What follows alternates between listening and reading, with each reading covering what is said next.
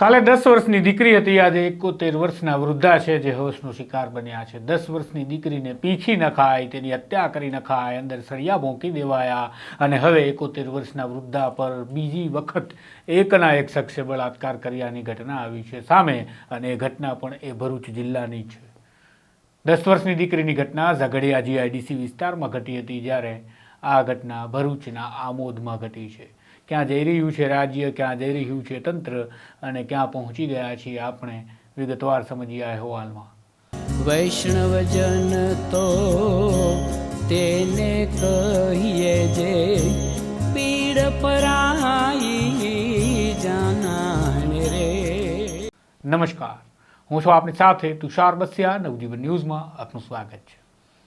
રાજ્યમાં હવસખોરોને જાણે હવે કોઈનો ડર નથી અને હવસખોરો બેફામ બન્યા છે તે પ્રકારની સ્થિતિનું નિર્માણ થતું જોવા મળી રહ્યું છે।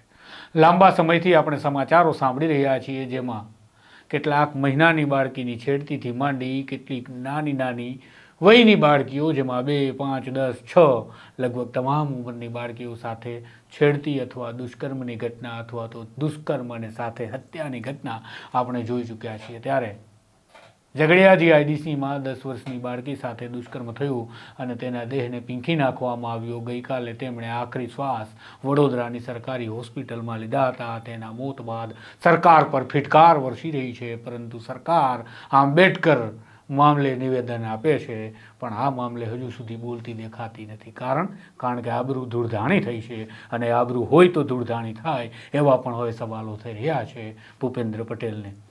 ત્યારે ભરૂચના આમોદથી ઘટના સામે આવી, જેમાં 71 વર્ષીય વૃદ્ધા સાથે એક આરોપીએ બીજી વખત દુષ્કર્મ કર્યું। આ 1.5 વર્ષ પહેલા આરોપીએ દુષ્કર્મ આ જ વૃદ્ધા સાથે કર્યું હતું, જે વૃદ્ધા ખેતરના એક ઝૂંપડામાં રહે છે। આ ઝૂંપડામાં ઘૂસી મારઝૂડ કરી આ વૃદ્ધા સાથે દુષ્કર્મ આચર્યું હતું। આરોપી જેલમાં ગયો, જેલમાંથી જામીન પર મુક્ત થયો, ફરી બહાર આવ્યો અને ફરી એ ઝૂંપડામાં રહેતી ડોશી કે જે 71 વર્ષની છે તેના પર આ નરાધમે બળાત્કાર કર્યો।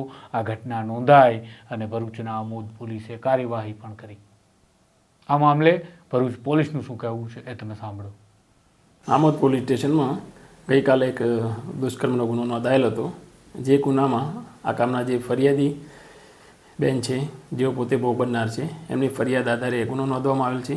જે ગુનામાં આ કામના ફરિયાદી બેન સાથે આ કામનો જે તોહમતદાર છે શૈલેષ જગદીશભાઈ રાઠોડ રહે ઇટોલા ગામનો છે, તેને ફરિયાદી બેનના જે ખેતરમાં રહે છે ત્યાં ઝૂંપડામાં ત્યાં જઈ અને તેમની સાથે તારીખ 15/12/2024 તથા તારીખ 22/12/2024ના રોજ એના ખેતરમાં જઈ ઝૂંપડામાંથી એમની સાથે જબરજસ્તીપૂર્વક એમની સાથે દુષ્કર્મ કરેલું હતું।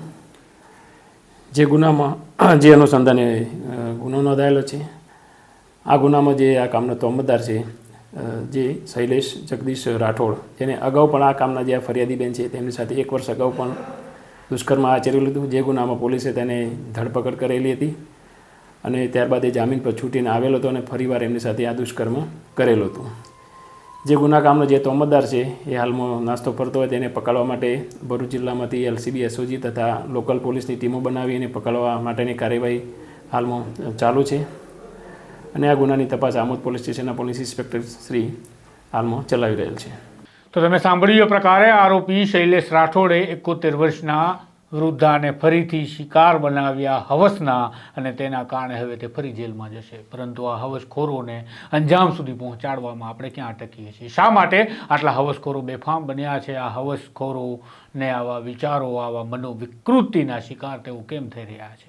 આ બધું જ વિચારવાનો વખત આપણા સમાજનો પણ આવી ગયો છે અને હવે સરકારે આંબેડકરમાં વિરોધ કોણ કરે છે, કેમ કરવો કેમ ન કરવો, આંબેડકરને કોંગ્રેસે હરાવ્યા હતા, જીતાવ્યા હતા, એ વાતની બહાર આવી અને હવે આ દીકરીઓને બચાવવાની જરૂર છે। ભૂપેન્દ્રભાઈ, આંબેડકરના વિવાદમાં તમે રોડા નાખી આનંદ કરી શકશો, 5 મિનિટ તમને સારું લાગશે કે અમે પણ કોંગ્રેસ પર પ્રહાર કર્યા, કોંગ્રેસને પણ 5 મિનિટ સારું લાગશે કે અમે ભાજપ પર ચડી બેઠા। આંબેડકરને આ સારું નહીં લાગે કે જે કાયદા, જે બંધારણ અમે બનાવ્યા તેને લઈ રાજરમત ચાલશે અને એ રાજરમત ત્યાં સુધી ચાલશે કે જ્યારે એક રાજ્યમાં બહેન દીકરીઓની ઇજ્જત લૂંટાતી હશે, 10-10 વર્ષની માસૂમ બાળા પીંખાતી હશે અને રાજ્યનો મુખ્યમંત્રી આ મુદ્દામાં જોડાતો હશે।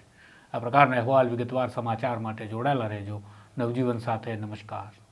વૈષ્ણવજન તો તેને કહીએ જે પીડ પરાઈ.